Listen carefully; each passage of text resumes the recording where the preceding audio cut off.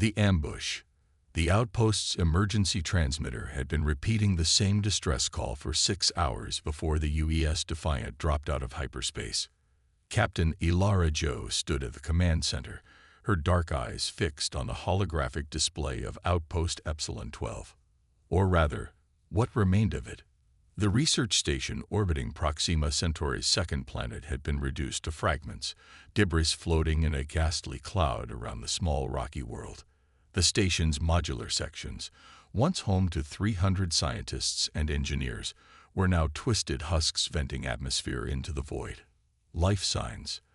Zhao asked, her voice steady despite the knot forming in her stomach.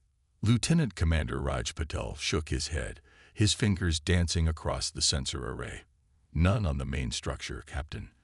But I'm detecting power fluctuations in the emergency shelter pod. It deployed successfully before the main structure was destroyed. Zhao nodded. How many survivors? Reading 23 life signs.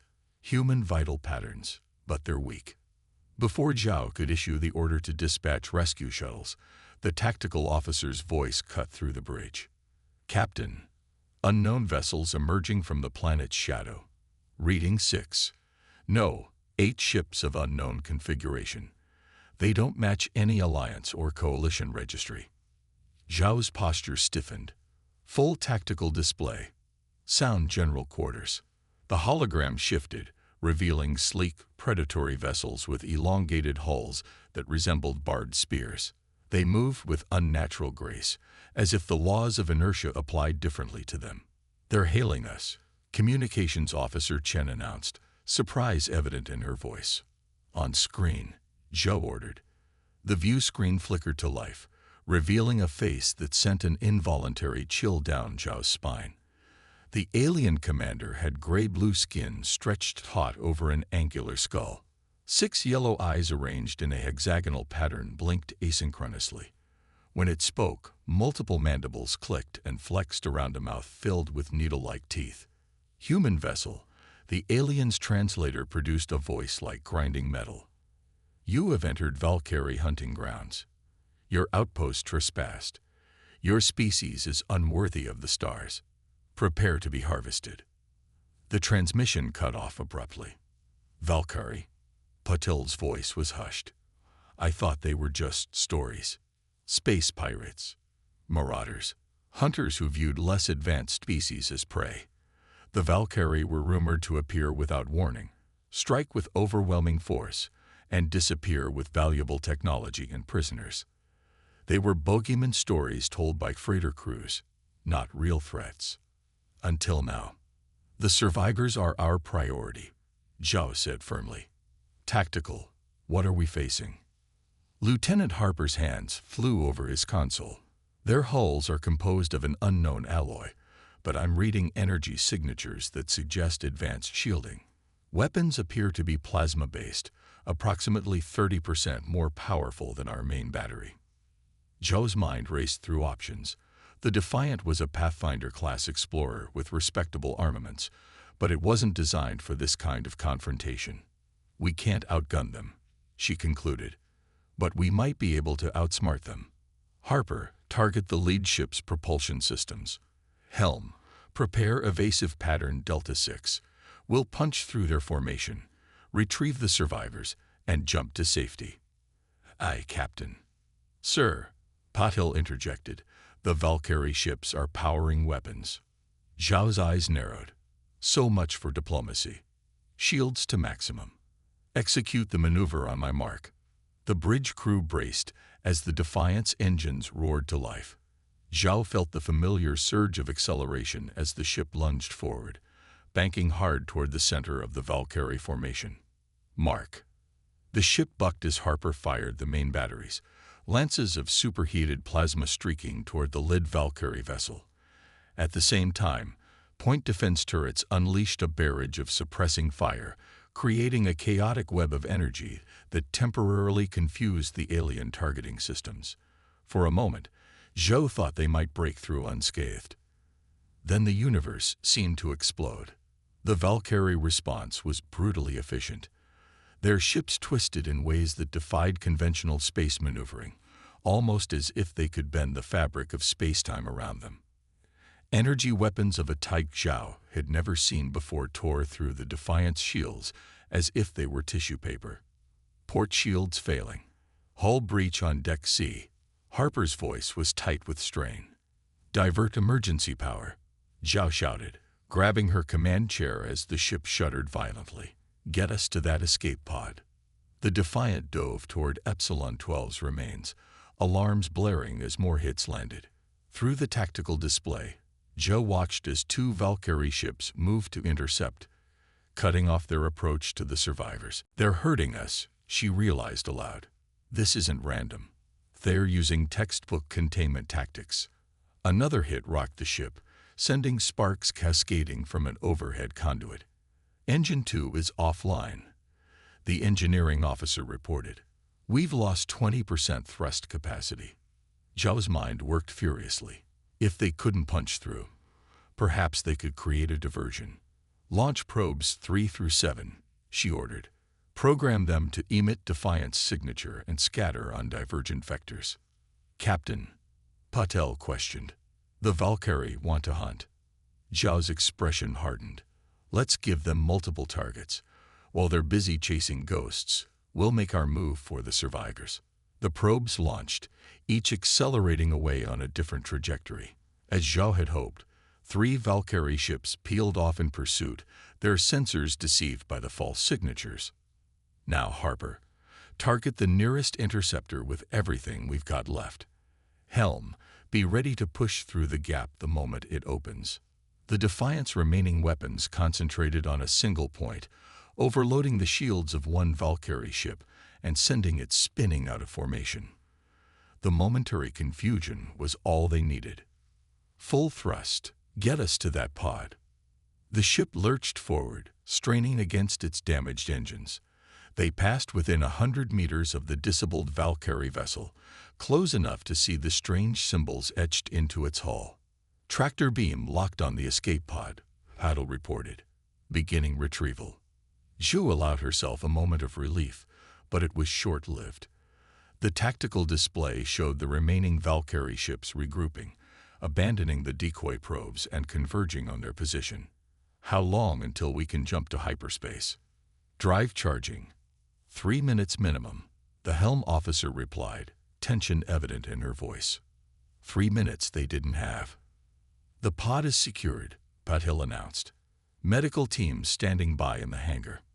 Get us out of here, maximum sublight, Zhao ordered.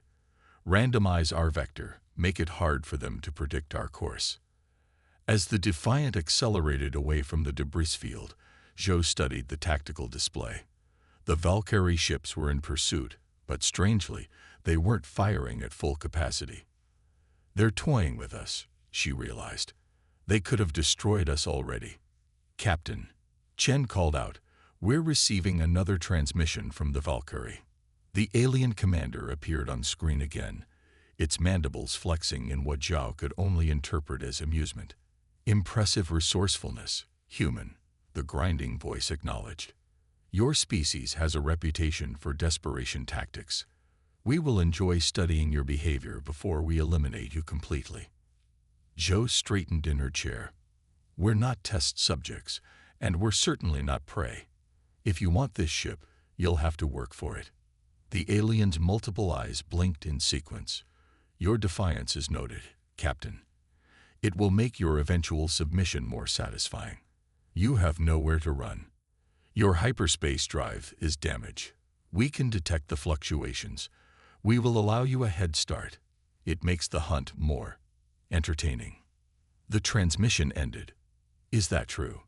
Zhao demanded, turning to the engineering station. The chief engineer nodded grimly. The last hit damaged the containment field. We can still jump, but we'll need at least an hour of repairs before it's safe. Zhou processed this information, her mind already formulating a new strategy. The Valkyrie were clearly technologically superior, but they'd made one critical mistake. They'd underestimated humanity's greatest strength, adaptability. Set course for the Hecate Nebula, she ordered. We're not running away. We're choosing our battlefield. As the Defiant limped toward the distant nebula, the Valkyrie ships followed at a measured distance, predators confident in their inevitable kill. But Captain Ilara Zhao had no intention of becoming prey. The hunters had revealed their nature, and in doing so, they'd given her exactly what she needed to fight back: information. The game was just beginning. The counterstrike. 3 days into their cat and mouse game through the Hecate Nebula, Captain Zhou stood in the Defiant's makeshift war room, surrounded by her senior officers and representatives from the rescued research team. The holographic display showed the nebula's complex structure, a vast cloud of ionized gas and dust that interfered with sensors and communications. "The Valkyrie have us outgunned and outmaneuvered," Zhao stated plainly. "But they don't have us outthought. Not yet." Dr. Amelia Reyes, the lead scientist from Epsilon 12, leaned forward. Despite the trauma of the attack on her outpost, her eyes were sharp with intensity. "Captain, we weren't just doing generic research at Epsilon 12, she said, her voice low. "We were studying ancient technology recovered from ruins on Proxima Centauri B. Technology, we believe, is connected to the Valkyrie themselves." A murmur ran through the assembled officers. "What kind of technology?" Zhao asked. Dr. Rice pulled a small device from her pocket, a crystalline cylinder that glowed with a faint internal light. "This is a data core we recovered. We believe it contains historical records from a civilization that successfully repelled a Valkyrie invasion nearly 3,000 years ago." Zhao's eyebrows raised. "And you think that's why they attacked your outpost? To recover this?" "It's more than that," Rice continued. "Based on what we've managed to translate, the Valkyrie aren't just pirates or marauders. They're cultivators. They monitor developing species, allowing them to advance to a certain technological threshold, then harvest both their technology and their biological material." Lieutenant Commander Patel frowned. "For what purpose?" "Evolution by theft," Rice explained. "The Valkyrie incorporate useful genetic and technological innovations into their own species. It's how they've remained dominant for millennia despite being relatively few in number." Chief Engineer Okafor spoke up. "That would explain their ships. I've been analyzing the sensor data. Their hull material and propulsion systems incorporate elements from at least 3 different technological bases." Zhou considered this information. "So we're not just prey. We're a resource to be harvested. And they attack now because we discovered information that could help us resist them." "Exactly," Rice nodded. "But here's the critical part.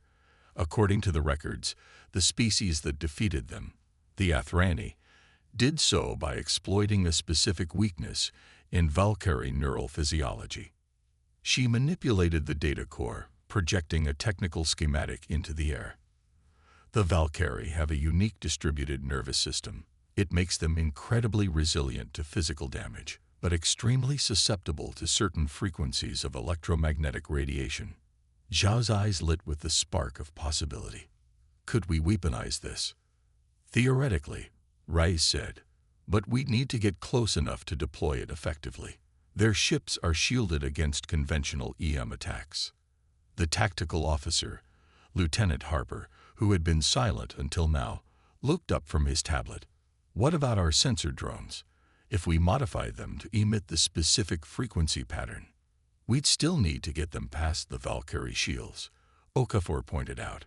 Zhao stared at the nebula map, an idea forming. "Maybe not. The nebula's ionized particles already naturally produce electromagnetic fluctuations. What if we amplified those natural emissions, used the environment itself as our weapon?" The room fell silent as the implications sank in. "It's possible," Rice admitted. "If we positioned emitters at these nodal points," she indicated specific locations within the nebula, "we could create a resonance pattern that might penetrate their shields." "How long would it take to build these emitters?" Zhao asked. Okafor exchanged glances with Rice. "With the materials on hand, 12 hours minimum." "You have 8, Zhao stated. "The Valkyrie are still searching for us, but they're getting closer to our position. We need to be ready before they find us." As the meeting disbanded and preparations began, Joe pulled Patel aside. Raj, I need you to open a secure channel to Coalition Outpost Gamma 7. It's time we call for backup. Patel's expression showed surprise. The Coalition. They've maintained strict neutrality in this sector. The Valkyrie don't care about political boundaries, Jha replied. And the Coalition species have even more to lose than we do if the Valkyrie establish a foothold here. Make the call. 8 hours later, the plan was in motion. Modified emitter drones had been deployed to strategic locations throughout the nebula, their presence masked by the natural electromagnetic interference. The Defiant hovered at the heart of the formation, running on minimal power to avoid detection. On the bridge, the atmosphere was tense but focused. Every crew member understood the stakes. Valkyrie fleet approaching, Harper announced. 6 ships in attack formation. They'll be within sensor range in 3 minutes. Zhao nodded calmly. Are the Coalition representatives standing by? Yes, Captain, Chen confirmed. Ambassador Tsar's ship is positioned at the nebula's edge, observing. Zhou took a deep breath. The Coalition, a loose alliance of 7 non-human species, had agreed to witness the confrontation, but not directly intervene. It was a political compromise, but one that might pay dividends if the plan succeeded. All stations, prepare for engagement, Zhou ordered. Dr. Reyes, status of the emitter network. Reyes, who had taken position at a science station, replied, network synchronized and ready. Awaiting your command to activate. The minutes ticked by, each second bringing the Valkyrie hunters closer. Zhou watched their approach on the tactical display, noting how they spread out to surround the Defiant's position. They're confident, she observed. Good, let them think they've cornered us. When the first Valkyrie ship entered the predetermined zone, Zhou gave the order. Activate the emitter network. Full spectrum deployment. Throughout the nebula, the hidden emitters sprang to life, each one generating a precisely calibrated frequency that interacted with the ionized particles surrounding them. Individually, each emitter was too weak to affect the Valkyrie ships. But together, they created a resonance cascade that grew stronger with each cycle. At first, nothing seemed to happen. The Valkyrie continued their approach, weapons powering up for what they clearly expected to be a swift victory.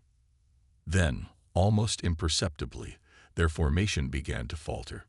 It's working, Reyes breathed, watching her instruments. The resonance is penetrating their shields, affecting their neural systems.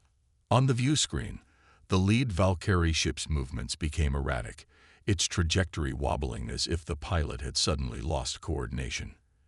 They're attempting to compensate, Harper reported, rerouting power to shield harmonics. Zhao had anticipated this. Patel, signal the team on Shuttle 2. Execute Phase 2. While the Valkyrie were distracted by the electromagnetic attack, a small stealth shuttle detached from the Defiant's underside. In it, a team led by the Defiant security chief carried a more targeted version of the resonance technology, one designed to be deployed directly onto a Valkyrie ship's hull. The Valkyrie commander is hailing us, Chen announced. Zhao nodded. On screen, the alien appeared, but this time its composure was visibly shaken. Its multiple eyes blinked rapidly in distress, and its mandibles twitched spasmodically. What have you done? The translated voice demanded, now fluctuating between pitches. Zhao stood tall. We've leveled the playing field, Commander. You thought us primitive, easy prey. You were wrong. Impossible, the Valkyrie hissed. Your species is too young, too undeveloped to possess this technology. We didn't develop it, Zhao replied truthfully. We learned it. That's humanity's real strength, not our technology, but our ability to adapt and learn. Something you should have considered before you attacked us. The Valkyrie's response was cut short as the resonance effect intensified. Behind it, console explosions were visible as their ship's systems began to fail. The boarding party has reached the target, Patel reported quietly. Attaching the primary emitter now. Zhao addressed the struggling Valkyrie commander again. Here are your options. Withdraw immediately from this sector and never return, or we continue this demonstration of human ingenuity. Your choice. For a moment, it seemed the Valkyrie might actually retreat.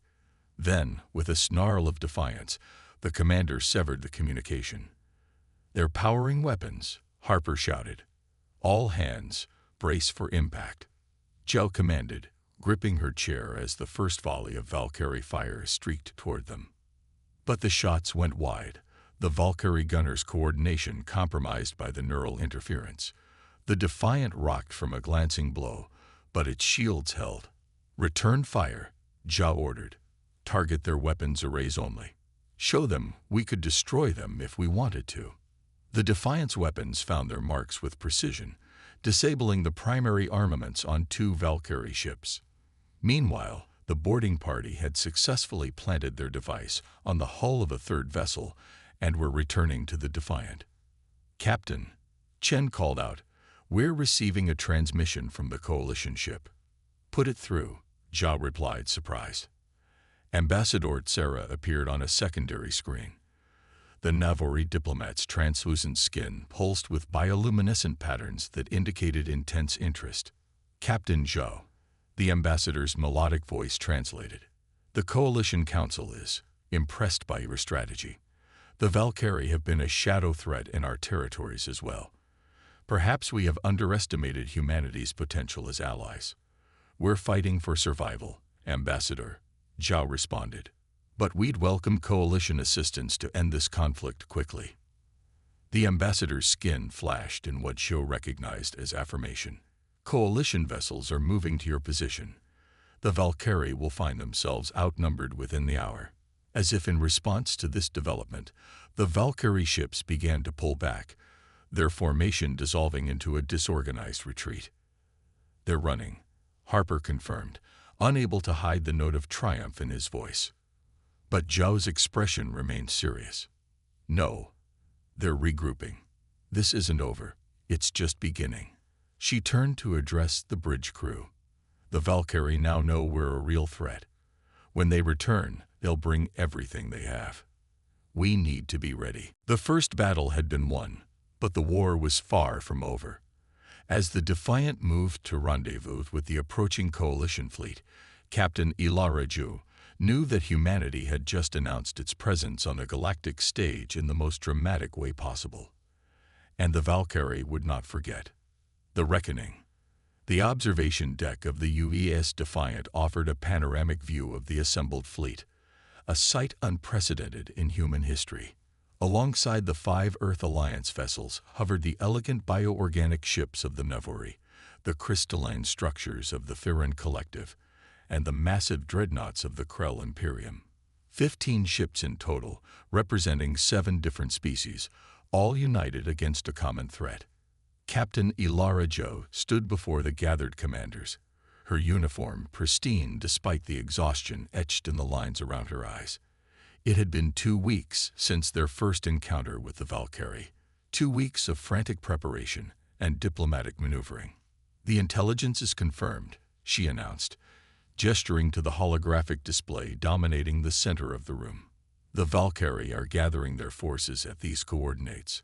Our scouts report at least 20 vessels, including 3 dreadnought-class ships we haven't encountered before."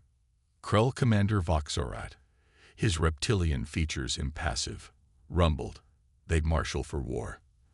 Not merely a hunt now. They see us as a true threat." "Good," Zhao replied firmly. "That means our strategy is working." Ambassador Tsara's translucent form rippled with concerned bioluminescence. "Captain Zhao, while your tactics against the initial Valkyrie force were impressive, we face a much larger armada now. Even with our combined fleet, a direct confrontation favors their superior technology." Zhao nodded, having anticipated this concern. "Which is why we won't give them the direct confrontation they're expecting." She manipulated the holographic display, zooming in on a region of space near the Valkyrie gathering point. "This is the Charybdis vortex, a naturally occurring spatial anomaly that creates gravitational distortions similar to a black hole, but without the event horizon. The Valkyrie fleet is positioned here, she continued, indicating a point relatively close to the vortex. They've chosen their location carefully. The anomaly disrupts long-range sensors, preventing us from getting accurate readings on their exact numbers, but it also limits their own detection capabilities. Dr. Reyes, who had become an integral part of the planning team, stepped forward. We've been studying the Athrani data core extensively. It contains technical specifications for a device, the Athrani used in their final confrontation with the Valkyrie. Essentially a resonance amplifier that can be calibrated to the exact frequency that disrupts Valkyrie neural patterns. You propose to deploy this device against their fleet. The Firan representative's voice chimed like crystal bells. Zhao shook her head. Not against their fleet. Inside it. She expanded the holographic view again, highlighting a massive ship at the center of the Valkyrie formation. This is their command vessel, designated Apex Predator by our intelligence. It coordinates their entire battle network. Our plan is to infiltrate it and deploy the resonance device at its core. A murmur ran through the assembled aliens. The Krell commander barked a sound that might have been laughter. Infiltrate. The Valkyrie would detect any approaching ship long before it reached their command vessel. Not if that ship was already expected to be there, Zhao countered. She nodded to Lieutenant Harper, who activated a secondary display showing detailed scans of a damaged Valkyrie corvette. 2 days ago, one of our strike teams disabled this Valkyrie scout. We've spent the time since then studying its systems, particularly its identification protocols. Understanding dawned in the eyes of the alien commanders. A Trojan horse, Ambassador Zara observed, the human idiom translating across species barriers. Precisely, Zhao confirmed. A small team will use the captured vessel to approach the Valkyrie fleet posing as returning scouts. Once aboard the command ship, they'll deploy the resonance device and extract before detonation. And while the Valkyrie are vulnerable, our combined fleet will launch a coordinated attack, Zhao continued. The resonance will disrupt their neural networks, rendering their technological advantage moot. Without their usual coordination, they'll be vulnerable. Commander Voxarat's scaled brow furrowed. Who will undertake this infiltration mission? It would require intimate knowledge of both the resonance technology and Valkyrie systems. I will, Zhao stated simply. The declaration was met with immediate objections, particularly from her own officers. Lieutenant Commander Patel stepped forward, his voice firm. Captain, with respect, your place is commanding this ship, not leading what amounts to a suicide mission. Zhou faced him squarely. This mission requires someone who understands both the technical aspects and the strategic importance. Someone who can make split-second decisions if the plan needs to adapt. Her gaze swept across the room. I'm not asking anyone to take risks I wouldn't take myself. That's not how humanity leads. The debate continued for another hour, but in the end, Zhou's authority prevailed. The final plan called for a 3-person infiltration team. Captain Zhao, Dr. Rice for her expertise with the resonance technology, and a coalition operative familiar with Valkyrie language and customs. As the meeting disbanded and preparations began in earnest, Paddle followed Zhou into the corridor. Ilara, he said quietly, using her first name for perhaps the first time in their years of service together. There's something else going on, isn't there? Something you're not telling the coalition. Zhao hesitated, then guided him into a secluded alcove where their conversation wouldn't be overheard. The Athrani data core contained more than just technical specifications, she admitted. It had historical records, detailed accounts of previous Valkyrie harvests across dozens of systems, and patterns, Raj. Patterns that suggest the Valkyrie don't just randomly select species to target. Understanding dawned in Patel's eyes. They knew about us specifically. Epsilon 12 wasn't a random attack. No, Zhao confirmed grimly. Based on Dr. Raya's analysis, The Valkyrie have been monitoring humanity for at least 2 centuries. They've been watching us develop, waiting for us to reach a certain technological threshold before they harvested us. But why now? Why attack a relatively small research outpost? Because of what Epsilon 12 discovered, Zhao explained. The ancient ruins on Proxima Centauri weren't just any ruins. They were Athrani ruins, the last outpost of the civilization that previously defeated the Valkyrie. When our researchers started accessing that knowledge, the Valkyrie decided to eliminate the threat before we fully understood what we'd found. Patel finished the thought. Zhao nodded. This isn't just about defending ourselves, Raj. It's about ending a cycle that's been repeating for millennia. The Valkyrie find promising species, let them develop, then harvest them before they become true rivals. If we don't stop them now, they'll simply retreat and return generations later, when humanity has forgotten the threat. And the Coalition doesn't know this. They suspect, but they don't have the complete picture. The Athrani records indicate the Valkyrie have done this to ancestors of several Coalition species as well. If we succeed, I plan to share everything we've learned. Zhao's expression hardened. But first, we need to decapitate the snake. 36 hours later, Zhao stood in the cramped cockpit of the captured Valkyrie corvette, watching as the massive Valkyrie fleet grew larger in the viewscreen. Beside her, Dr. Rice made final adjustments to the resonance device, a deceptively small cylinder that hummed with potential energy. The third member of their team, a Nevori operative named Vesh, monitored the communication system.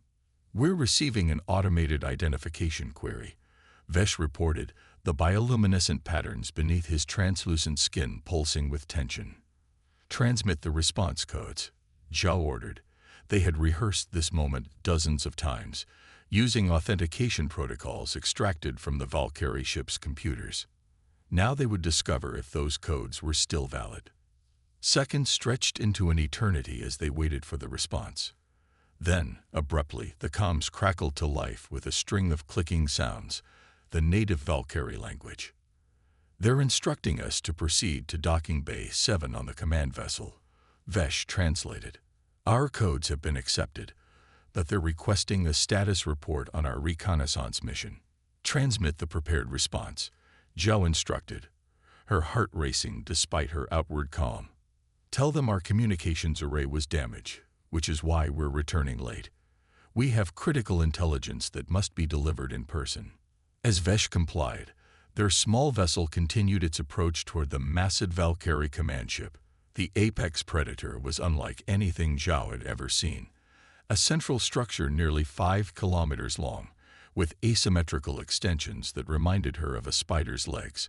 Its surface was covered with what appeared to be biological components integrated with mechanical systems, giving the entire ship an unsettling, almost living quality.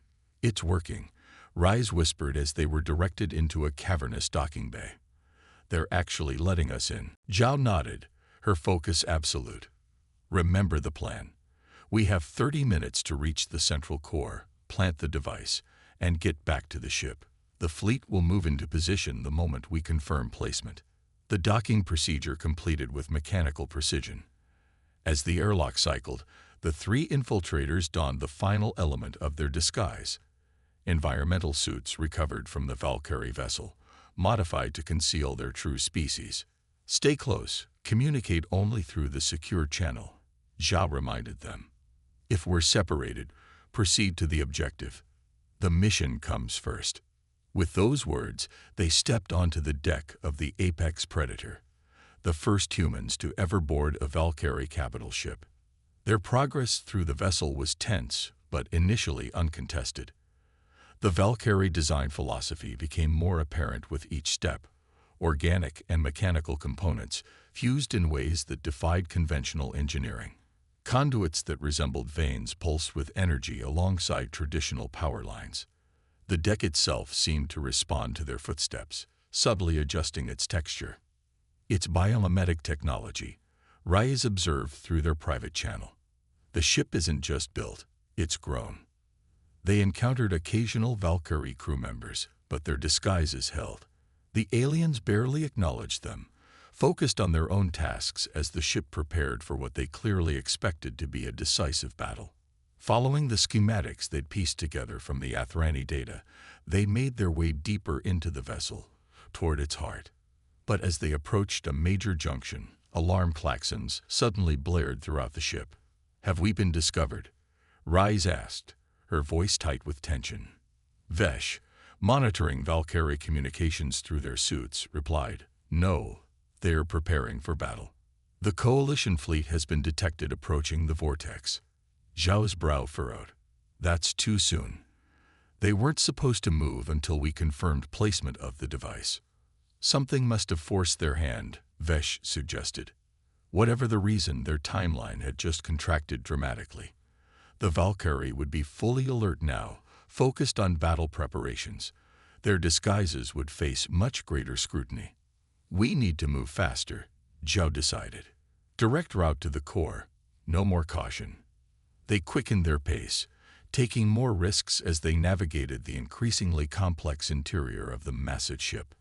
Twice they were nearly stopped by security checkpoints, saved only by Vesh's quick thinking and fluency in the Valkyrie language. Finally, they'd reached the central core, a vast spherical chamber dominated by a pulsating crystalline structure that seemed to be part biological brain, part quantum computer. Energy conduits spread outward from it like nerve fibers, connecting to every system in the ship. "That's it," Rise breathed. "The neural nexus. It coordinates not just this ship, but the entire fleet network." "How long to plant the device?" Zhao asked, keeping watch at the chamber entrance. 3 minutes to calibrate it properly," Rise replied, already moving toward the nexus with the resonance device. Zhao nodded to Vesh. "Secure the secondary exit. We'll need to move quickly once it's armed." But as Rise began working, the chamber door suddenly sealed shut with a pneumatic hiss. Lights shifted from the ambient blue-green to a pulsing red. "We've been compromised," Vesh warned, his skin flashing warning patterns. Before they could react, hidden panels in the chamber,